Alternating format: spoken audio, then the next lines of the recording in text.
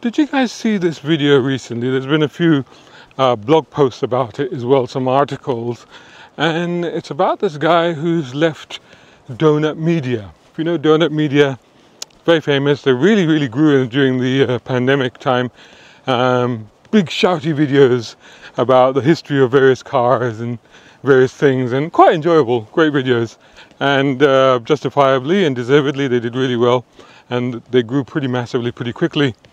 And this guy has posted a video about the fact that he's left Donut Media. Now, that's not altogether unusual. You may have seen, I don't actually watch many of these, but you do every now and then see videos of people posting up, you know, why I've left such and such, I've had to leave such and such, whatever, you know. But what this guy has done is he's not only, well, he hasn't really gone into why he left, or kind of, I guess it's implied, but what he's done is he's gone into an explanation about why this sort of thing is happening, and why people that you think have done really well, have built up massive successful channels, primarily YouTube, with big numbers, then suddenly decide, apparently for no reason, to leave those channels. Well, he's given a good breakdown, a good explanation of what's going on. And I think it's worth taking a little bit of time to understand how modern automotive media works, what is impacting it, and where it might be going, and what you could do about it. A brown car guy.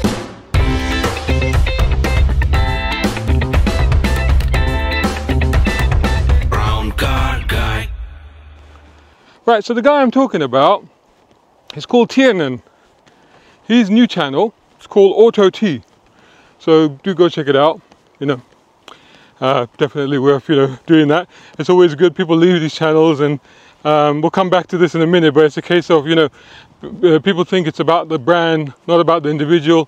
Then the individual leaves and manages to create their own brand. Why not, you know? So what he's done, he's left Donut Media, and he talked about other people that have left, Hoonigan and Car Throttle and whatnot. And he sort of said, let me explain why this is happening.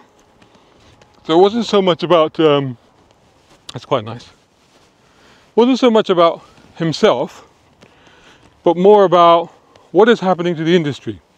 And what he said and what he explained didn't entirely come as a surprise to me, but I think it's nonetheless quite an eye-opener, and worth talking about and worth considering, especially if you are somebody that likes to consume automotive media. And the way they consume it nowadays, obviously, is digital, is online, mostly videos, mostly on YouTube. Now, we'll talk about, why do I say mostly digital? Well, because in terms of magazines, that whole era has kind of come to an end, really, hasn't it? I mean, I started out in magazines. I started out in newspapers, actually, back in 1989. And back then we were still doing paste up. So you'd literally like paste up the newspaper, the text, the stories onto a page, and you send that off, convert it into hot metal, and then to the printing press, you know? So that's the era I started back in 1989. Back then magazines were still a really big deal when it came to cars, when it came to automotive. I lived in Saudi Arabia at the time, in the 80s, and it was very difficult in Saudi Arabia in the 80s to get hold of, you know, the latest magazines and periodicals and publications for cars, particularly in English. So whenever we used to be out shopping or somewhere, I'd always go and check out the supermarkets or the news books, bookshops or whatever, and see what I could scavenge, you know, see what I could find. And it was a case of like desperately looking for things like Autocar, Motor magazine at the time, Car magazine, obviously, Performance Car, and on the other side of the pond, things like Car and Driver, Road and Track. That was an uphill section, so if you're wondering why I'm a little bit out of breath, I wasn't exactly expecting that. So anyway, it's a bit downhill from here. So yeah, so I was desperate to find those, and whenever you could, and they wouldn't necessarily be up to date, and they'd be quite expensive, so you'd have to beg your parents for a bit of extra pocket money. So I'd grab them, right? And it got to a point where I actually started to buy the Arabic magazines as well. I couldn't read or understand Arabic, but actually I could read it a little bit. And I guess that's why, because I was being trained in the Holy Quran, so learning how to read Arabic in a sense. So what I realized I could do is I could buy these magazines in Arabic, especially because some of them had all the local cars in there. In the back they would have tables and tables of all the cars on sale. They would have the names, they would have the trim, they would have the spec, they'd have all that information on there. So all of a sudden, you know, I could get all of this stuff, and that was quite handy because you know, I figured out I figured the tables out.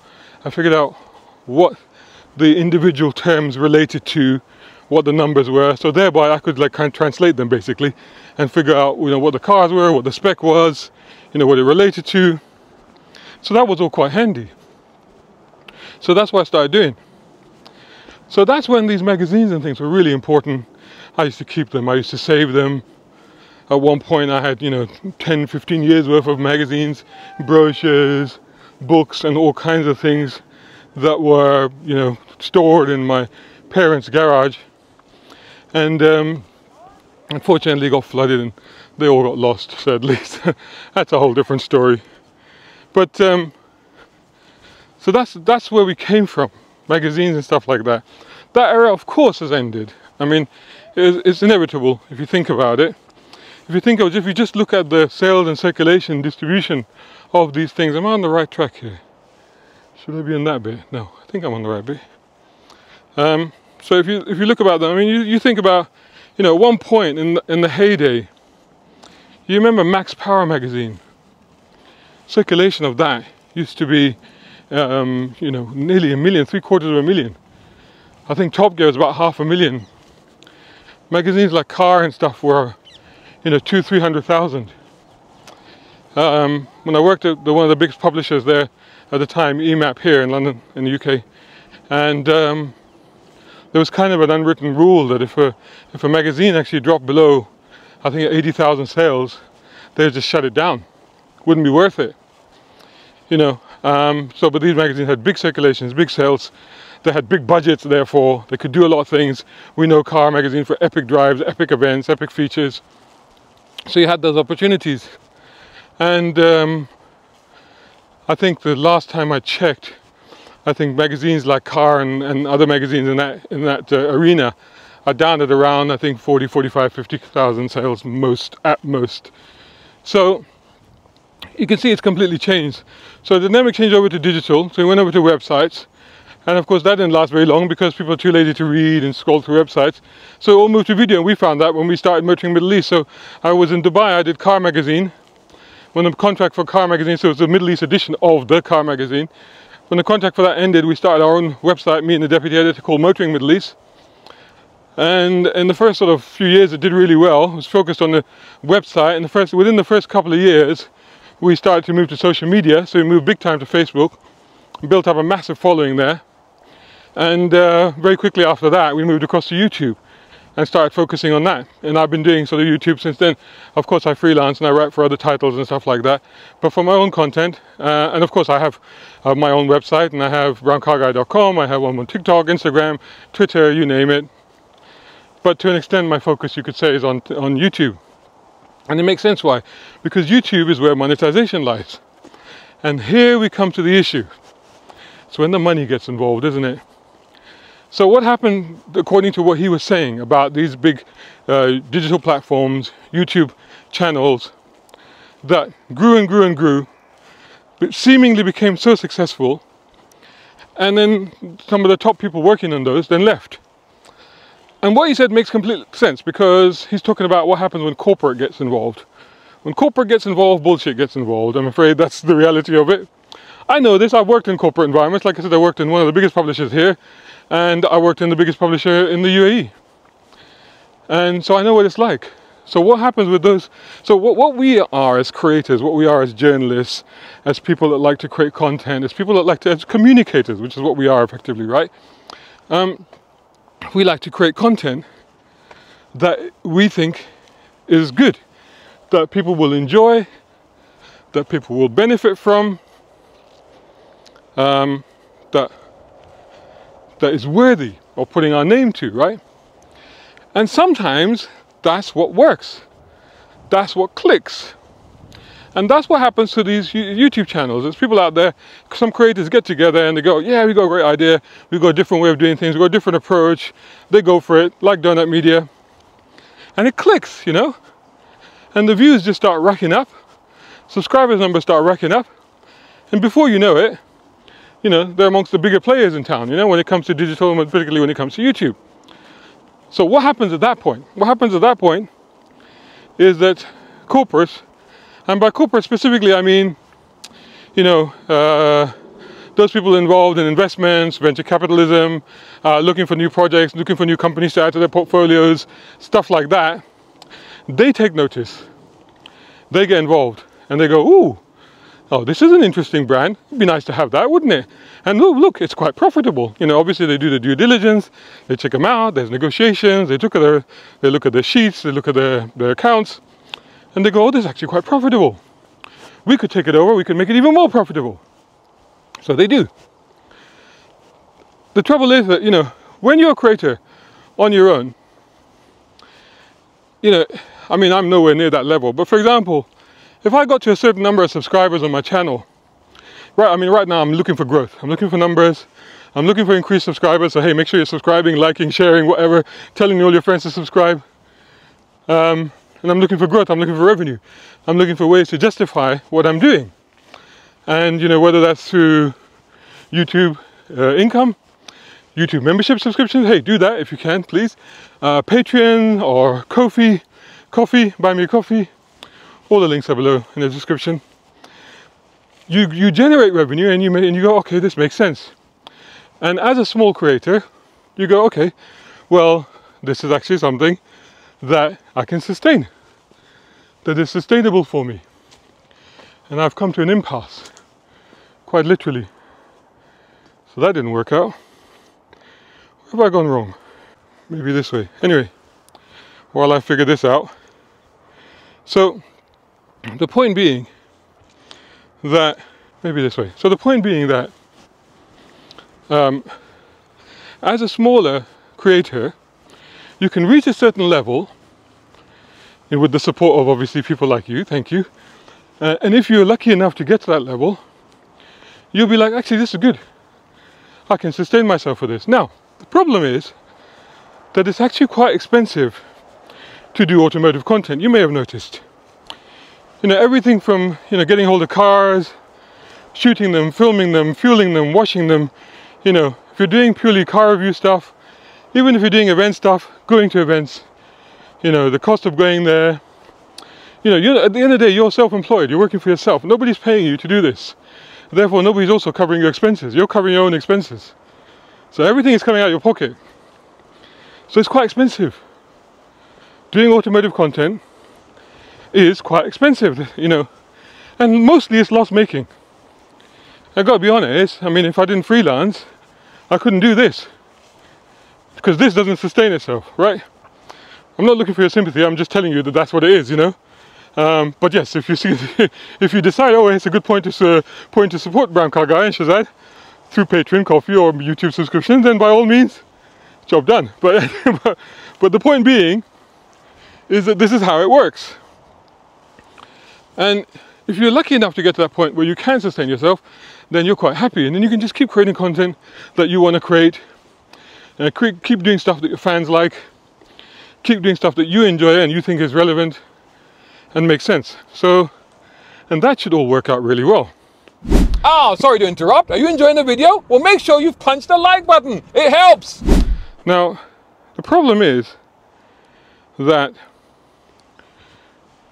when these corporates take over, when they go, oh, actually, this is a profitable thing, big numbers, they're making revenue, they could make more if we take it over. Once the corporates take it over, you know how it works with companies, right? And it's true for all companies, not just in publishing, not just in media, but every company everywhere. And I think, to be honest, there's a bit of a fundamental problem with this thing we call capitalism. And also when we try to reconcile, like I said, what we call capitalism with what we call sustainability and environmentalism. So we have an issue. And the issue is I'm lost again. I think maybe this way. So, no, it appears to be this way. Okay, I'm in the jungle here. Not in the jungle, I'm in northwest London, but there you go. Hey, look at the air here, it's terrible. We need ULEZ. Right. Anyway, different videos, different topic, forget about that. Anyway, so, don't forget, buy my book. So another way you can support me, buy my book, the ULEZ files, link below, don't forget. So, when they get involved, when companies get involved, for them, it always becomes about their annual spreadsheet. So it becomes about the shareholders, it becomes about profit and loss, and it becomes about the bottom line. And it's not just about the bottom line in case of surviving. For them, it's a case of growing. They have to grow every year. They can't just trickle along. They can't just go, oh yeah, well, yeah, this is a good level for us, we'll hang here. No. They have to grow, and they have to show growth every single year. So they take over the YouTube channels, and they go, oh, either they like the brand, or they like the idea of it, or they think it'll be profitable. And they take it on, and they go, right, let's grow this. And what they find is they can't, because it's not that easy. Because it's really, really difficult, as all of us creators know. And, you know, there's something, it's not a case of just throwing money at it. You know, the creatives are the key. Which is something else I'll come back to. The creatives are the key. But they don't necessarily realize this, and they go, grow. Why aren't you growing, goddammit? Why isn't there any growth? Why aren't we making more money off this brilliant brand that we purchased? Something's wrong. Let's get some smart people involved. So they go, right. They hunt around, and they hire some executives, marketers, digital specialists, people like that. They go around, they go find these people, and they hire them. And I've come to like a fork. Look at this. There's 3 different ways I could go here. And I'm really not sure which way to go. This is great. What a great expedition I'm on today. And so they do this. And they go, I think it's this way. So they do this, right? And they go, right, we'll get somebody in. And that somebody will figure this out. They will fix it. And this will then make us lots more money. And then that person can't do that. So they go, we'll get another one in. And we'll get another one in. And there's something really interesting that this Automotive guy said. He said that, you know, when I started out working for this place, there was the boss and there was me. And he said when corporate took over, there were like 9 levels between me and the boss. So like, you know, and of course, you know, when you're in a corporate environment, you have to go through the hierarchy, right? So it becomes top heavy. And not necessarily in a good way. And you're not necessarily accomplishing anything. And you're actually getting worse. Like this journey is getting worse, actually. I think this is the wrong way. And so therefore, they're not seeing the growth, the numbers, the success that they're anticipating. They're getting more frustrated. So they either have to start sacking people or they start cutting costs. And when they cut the costs, and this is the biggest problem for the creators. Like as a creator, I will tell you this, I know this, and I've worked in places where this is I've sort of faced this kind of challenge or this concept. It's like, you know, we're crazy people. We really are. We will happily take a cut. We will happily take a cut in terms of our salaries or income compared to, straight it is, we will happily take a cut, right? Rather than not being able to do stuff. I'll give you a perfect example of this. When I was doing Car Magazine, and they cut the budget on that, you know, and it meant that we could keep going and keep doing it, but it meant having to cut the reference section in the back. And it really hurt, you know, it really hurt. It really like, oh man, I don't want to do that, I don't want to do that. I had to do it, didn't want to do it. And I was trying to find some way of like, can I keep it in, can I keep a shortened version in, something like that. I was trying to figure out various things, you know. But that's what we're like. We're all about the product, we're all about the project, we're all about, you know, what we're delivering. And if we're not satisfied with what we're delivering, then we're not happy. So then we leave. That's what happens. And ultimately, this is actually the long and short of what he's talking about. People aren't leaving because they're being forced out, or there's not enough money or whatever, or the brand has gone bad, or it's not able to make any money or whatever. No, that's not the case. It's still as successful as it was. That's not really the issue. People are leaving because they've had enough, as I said earlier, with the corporate bullshit. That's it. I found my way out to the road. So in case you're thinking, oh, Shazad, he was never seen again. He went into the jungles and the forest and he was never seen. No, I'm out. It's okay, it's fine. I know where I am now. So that was fun. So they leave because they're like, well, we're not putting up with this nonsense. We're leaving. And they go off and they set up their own thing. Now, where does that then leave the brand? And this is what I was alluding to earlier. This is when that realization hits. The realization hits at the corporate level, which is something that they forget over and over again, and they have to be reminded of over and over again. It's not the brand, it's not the product, it's the people. It's the people that are involved with it. It's the people that own it and push it and care for it and curate it and drive it and are passionate about it and knowledgeable about it and have the ideas and have the inclination and have the drive and have the ambition. It's the people, it's not the brand. The brand comes from the people. Buy a brand, sure. Then nurture the people. As you've seen from successful takeovers of car companies, take for example China's takeover, Geely's takeover of Lotus and Volvo, and also the London electric vehicle company who make the taxis, right? In each of those cases they've said, hey, we've taken you over, but we're not going to tell you how to do what you do because we know you know how to do what you do. So here instead is a bucket of money, go do what you do. And that's what's happening. So the point here is that this is when the big brands actually then end up dying. So you build these big brands up, you build a lot of value into them, a lot of equity into them because they're so successful. Then the corporate company buys them, and at that point you think the value should go up even more because a big company's bought them. But actually they can't make a success of it. They let go of people, they let go of the cheap people behind it, and the value of that brand plummets to nothing. So corporates, take heed. What are you doing? You're devaluing the thing that you bought, the asset that you bought. By making it top heavy, you're paying for lots of other people for no reason who are not doing anything, instead of investing in the original team. So now the good thing about this is that then people leave and then they create their own channels. And that's not necessarily a bad thing. Because then there's like starting from scratch, and people like me, they're just walking around with a single camera and a microphone that's hopefully working, getting lost. But the point being is that we create the content that we want to create. And the content that we create, it might be raw, it might not be polished, it might not be refined. I can do that, I've done that, I've worked on television and stuff like that, but this is my channel, I have no budget. I'm doing this from my pocket. But it's authentic. What you're getting is authentic.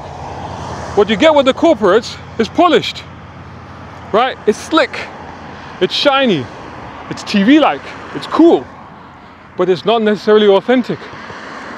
And when there's not authentic, then what's left? What's left is bullshit. And that's what you get. So what's the conclusion of all of this? Where do we end this? Well, I think the conclusion is quite clear. What is happening is going to happen. It's inevitable, and it will continue to happen because it's just the nature of business. It's the nature of the economic realities that we live in, the capitalistic economy and the corporate environments. So, you know, heck, would I sell Brown Car Guy if it got really big? Actually, I wouldn't. Actually, I wouldn't, because it's my own. It's my own, so I wouldn't. If it was something I'd built with somebody else, then maybe we'd get to the point where we'd go, oh, okay, it's got really good. Somebody's giving us a big offer. Let's do it. And that's what will happen. And that's what happens. And that will continue to happen. But what emerges from all of this is the smaller creators, like me. And the smaller creators that are working hard on no budget, and sometimes for little or actually no income, in fact in some cases negative income if you like, to bring you authentic content. And if you like that content and you appreciate that content, then you know what to do. You gotta support them, because if you can, like I said, people like me, if we get to a point where we feel actually that is perfectly viable and sustainable for me, I'm not a company, I'm not corporate, I don't have to account to shareholders, I don't have to have board meetings, I don't have to say, why wasn't there any growth last month? doesn't matter. It can go up, it can go down. To me, it doesn't matter. But if it gets to a point where it sustains me, I'm like, okay, that's fine. I'll just trickle over there. I'll just hang here. That's no problem.